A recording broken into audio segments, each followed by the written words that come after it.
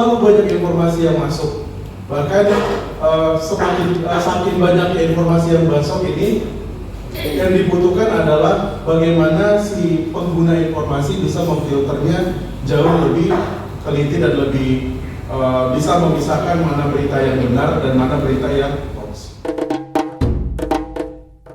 Halo sahabat EHJM, ketemu lagi dengan saya Edi Hasan, jurnalis media. Saat ini saya mengikuti media gathering sinergi untuk mengemaskan Indonesia yang diselenggarakan PT Penggadaian Kanwil Sumsel.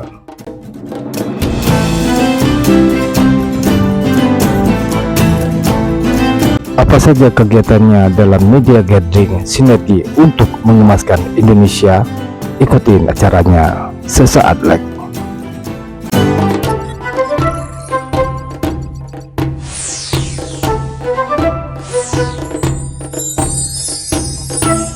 Sebaiknya ikutin video ini sampai selesai biar tidak gagal paham.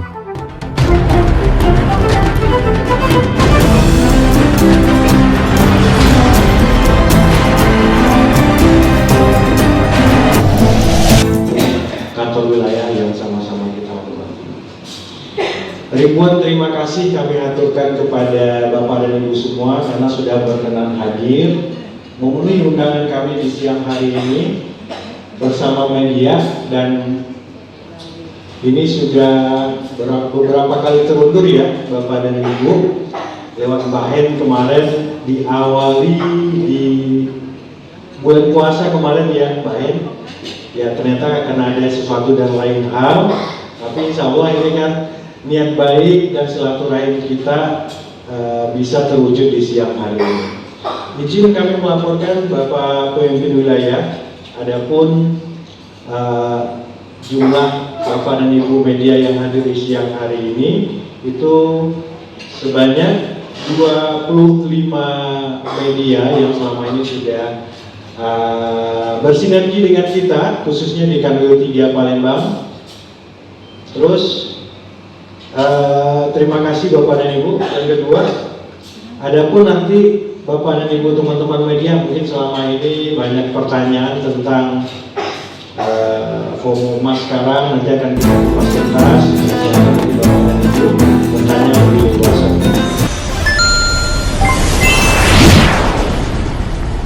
Palembang, Bapak Pak Nofri Saputra, perwakilan Tribun Sumsel. Iya, ada juga. Ada dari perwakilan Seripo, Radar, Bisnis Indonesia, Media Sriwijaya, Intinews.co, Alpos, Sumex, Wongkito, Sumsel Update, KR Sumsel, Palpres, Suara Publik, IDN Times, Fokus Kini, Sriwijaya Pos, Pos Kita, JPNN Palembang, Mata News, Trijaya FM, Sumsel Media, Detik.com, Liputan 6, dan RRI. Tepuk tangan dulu dong. Alhamdulillahirrahmanirrahim. Segala puji bagi Allah Subhanahu Wa Taala. Salawat dan salam kepada baginda Rasul Muhammad SAW. Allahumma sholli ala sayyidina Muhammad wa ala Muhammad. Di hari yang berbahagia ini, di siang hari yang berbahagia ini, kita bisa berkumpul bersama. Ada 27 media yang hadir. Sekali lagi terima kasih banyak, kami tersanjung dari Pegadaian dapat menyambut Bapak Ibu semua di sini. Jauh lebih banyak tahunnya Pak daripada Fir'aun gitu. Ya, karena pengetahuan yang saat ini sudah sangat melesat gitu. Kita tinggal cari di Google, mau nyari tentang apa itu saham gitu, langsung muncul. Apa yang terjadi sekarang di India dan Pakistan. Serangannya tadi pagi subuh, pagi-pagi kita sudah melihat gitu beritanya ada di media sosial. Nah ini kalau boleh kami sampaikan, zaman ini jadi zaman tsunami informasi ya. Terlalu banyak informasi yang masuk. Bahkan saking banyaknya informasi yang masuk ini, yang dibutuhkan adalah bagaimana si pengguna informasi bisa memfilternya jauh lebih teliti dan lebih bisa memisahkan mana berita yang benar dan mana berita yang hoax. Seperti itu. Di Instagram atau di TikTok ya zaman sekarang ya Pak.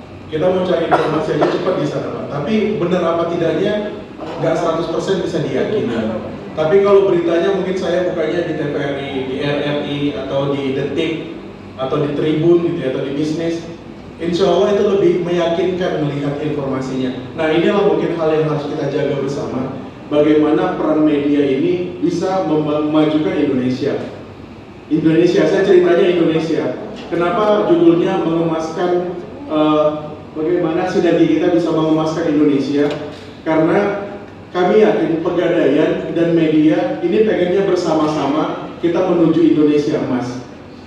Kata Pak Gibran 2045 ya, kita punya bonus demografi yang besar dan lain-lain.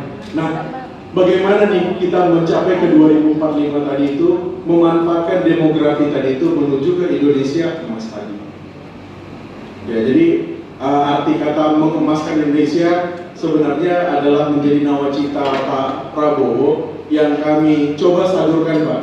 Kami pengen mempunyai peran penting juga bagaimana kita bisa mengemaskan Indonesia. Salah satunya mungkin dari Pegadaian memiliki bullion bank atau disebut dengan bank emas Indonesia yang pertama di kita yang di Indonesia, dan ini kemarin bulan Februari 2025 sudah launching.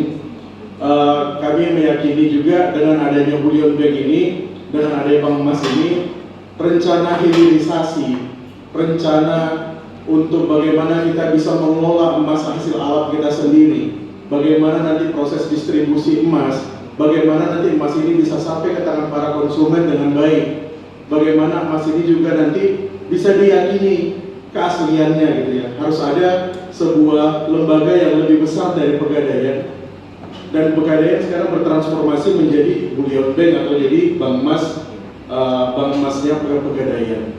Nah ini akan menjadi cikal bakal bagaimana Pegadaian akan bertumbuh lebih besar lagi, karena kita sangat optimis mungkin kita dalam 5 tahun ke depan penjualannya atau emas yang ada di Pegadaian itu bertumbuh lebih dari 100%. Saya buka sedikit cerita bahwa jangankan 5 tahun ya, kalau melihat kinerja dari Pegadaian Kanwil Sumatera Selatan ini, Sumbaksel ini, penjualan emas di sini itu sudah bertambah sampai dengan 3 kali lipat. Jadi kita tahun lalu menjual 70 kilo, sekarang sudah menjual sampai bulan ini saja, dari Januari sampai dengan April, kami sudah menjual sampai 400 kilo. Nah ini sebuah pencapaian luar biasa dan saya apresiasi. Saya yakin bukan hanya karena Pegadaian yang hebat, tapi tentunya bantuan teman-teman media ya. Teman-teman media yang menginformasikan, yang meliterasikan, yang memberikan inklusi mungkin bagaimana sih cara berinvestasi, mana pilihan investasi yang lebih baik gitu, sehingga angka ini tadi bisa tercapai.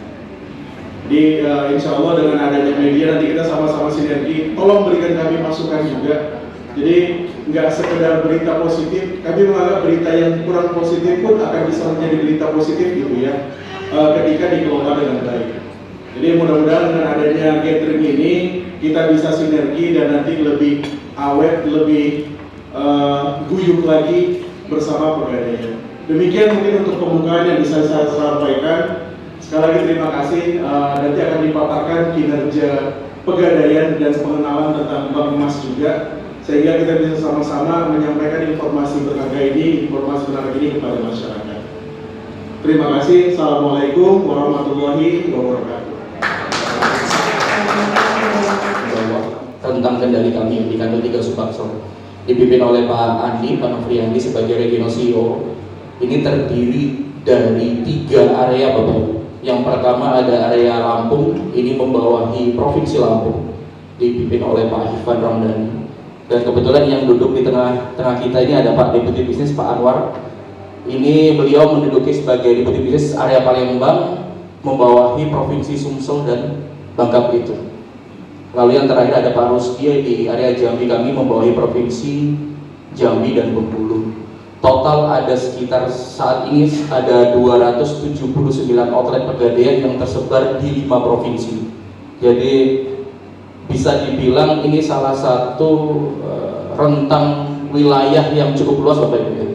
Kami pernah mencoba mengukur unit kami yang ada di paling ujung atas gitu sampai ke Bakaheni, panjangnya itu sama dengan Serang ke Banyuwangi, Bapak Ibu.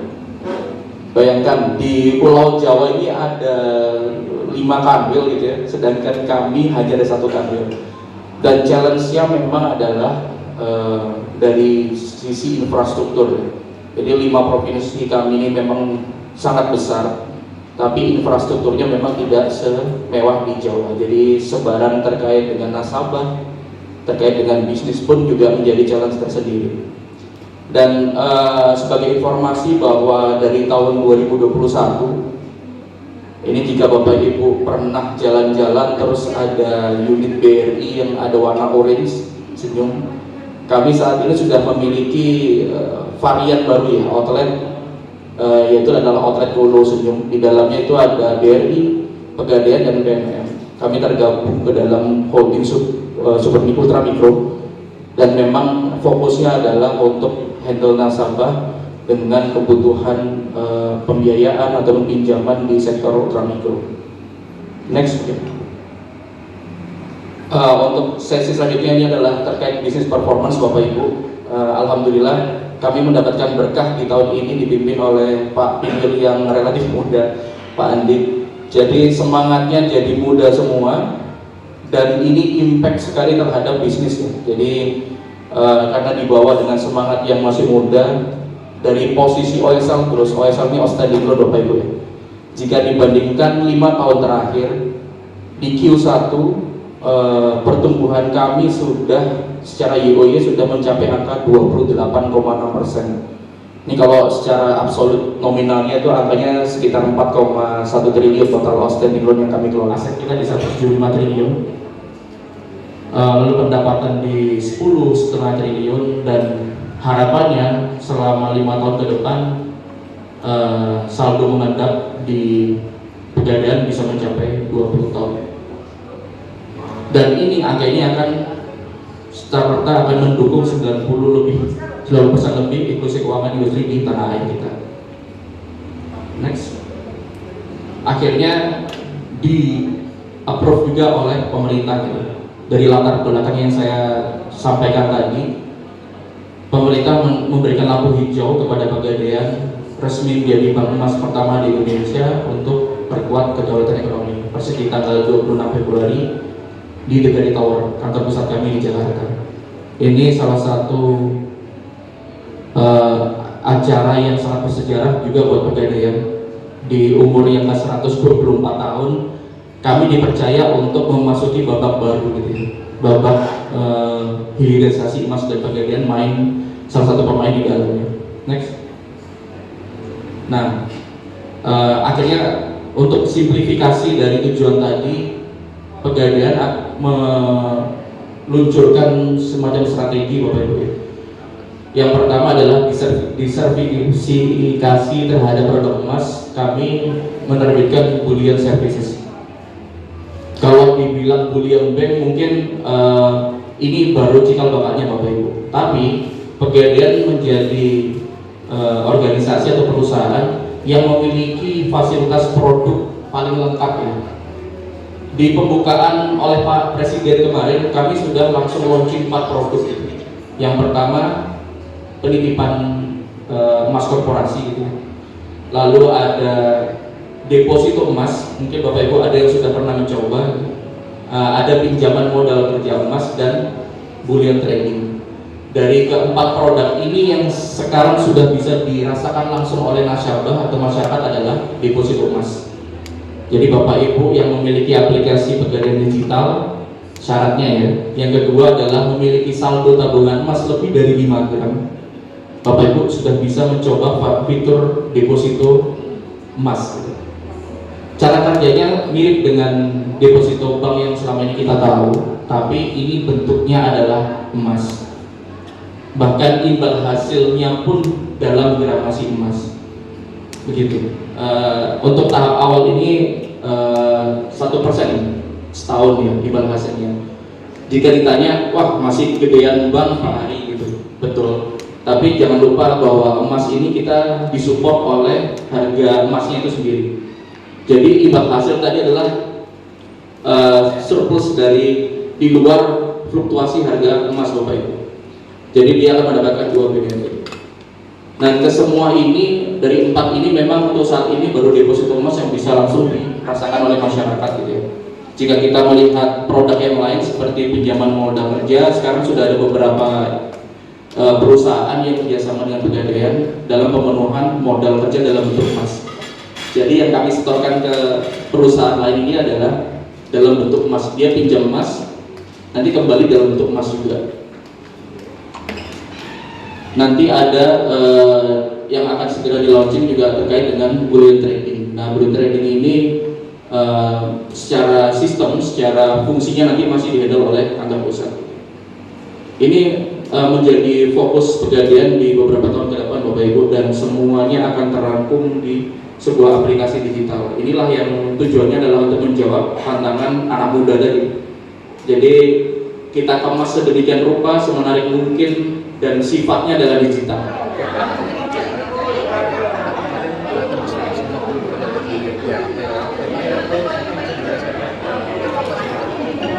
Baik teman-teman media, kita di bulan April kemarin untuk Pegadaian bisa menembus sampai 150 kilo. Dari kita penjualan normal harusnya hanya 30 kilo per bulannya. Nah, ini menjadi sebuah optimistis kami bahwa di Pegadaian di Sumatera Selatan, di Sumatera bagian selatan ini mendapat sambutan hangat dari masyarakat dan kepercayaan yang luar biasa. Dan kita menjadi kanwil yang bisa memanfaatkan momen pembelian emas dari seluruh Indonesia. Jadi memang kita yang paling tinggi pertumbuhannya seluruh Indonesia. Dan ini menjadi rencana kami ke depan bahwa Pegadaian akan tetap memastikan ketersediaan emas dan juga memastikan bahwa masyarakat di Sumatera bagian selatan ini bisa mendapatkan emas dengan mudah, dengan murah, dan juga dengan aman. Pemicunya apa sih Pak bisa naik sampai sebegitu besar? Nah, tentunya kemarin ada sempat panik buying ya, harga emas lagi naik dari isu Trump juga mengakibatkan bahwa orang-orang pada mengalihkan asetnya ke safe haven atau mengalihkan ke satu instrumen yang dianggap paling aman, yang sudah terliterasi dari dulu ya. Dari dulu kita sudah diajarkan sama orang tua kita untuk menabung dalam bentuk emas. Nah, ini yang menjadi semangat masyarakat berbondong-bondong membeli emas, sehingga penjualan sangat jauh meningkat dan sampai antrian keluar-luar ya, kita sampai operasional sampai malam melayani masyarakat. Untuk stok di berangkat kita seperti apa? Nah, untuk di kita sendiri, stok berangkas Pegadaian itu sesuai dengan aturannya OJK, kita menyediakan 120% dari pembeliannya masyarakat. Artinya kalau sekarang di se-Indonesia ya, kita penjualan sampai 12 ton. Kita ada 12 ton, artinya kita harus menyiapkan 14 ton yang ada di berangkasnya Pegadaian atau di vaultingnya. Jadi ini memastikan bahwa Pegadaian memiliki kemampuan untuk mengembalikan ketika masyarakat ingin mengambil kembali emasnya atau ketika nanti masyarakat ingin menjual dan sebagainya. Jadi kalau kondisinya di Selindo ada 14 ton yang kita standby. Kalau untuk di Sumatera Selatan ini kita ada 1 ton yang sudah standby untuk tabungan emas. Pak, untuk Sumsel aja atau kanwil 3? 150 kg itu sekanwil 3, jadi ada dari 5 provinsi. Kalau dari Sumsel saja ada 70 kilo, hampir setengahnya itu disumbang dari Sumatera Selatannya. Pak, untuk imbauan masyarakat ke Pegadaian gimana Pak? Imbauan untuk masyarakat ke Pegadaian. Baik, iya. Pegadaian saat ini kami sudah menjadi bagian dari Bullion Bank ya, membuka bank emas Pegadaian, dan ini tentunya menjadi semangat kami untuk memberikan pelayanan terbaik kepada masyarakat, dan ini menjadi sebuah jaminan bahwa Pegadaian itu adalah ahlinya emas, dan juga memastikan Pegadaian itu menjalankan tata kelola perusahaan ini dengan baik dan sudah diawasi oleh OJK. Nah, dengan pengawasan itu kami memberikan keyakinan kepada masyarakat bahwa pembelian emas, penyimpanan emas, dan juga nanti distribusi emas di Pegadaian itu menjadi kepercayaannya masyarakat. Seperti itu, Pak. Mungkin informasi harga emas hari ini di Bank Emas sendiri seperti apa, Pak? Ya, kalau untuk informasi harga emas hari ini kita 1.900.000. Nah, harga ini meningkat dibandingkan hari kemarin karena tadi pagi pun ada serangan katanya ya, serangan dari India ke Pakistan, dan ini tentunya memicu kenaikan emas dunia. Dari harga kemarin ke harga 1870, hari ini jadi 1.900.000, naik 30.000 per gram. Terima kasih Pak. Oke.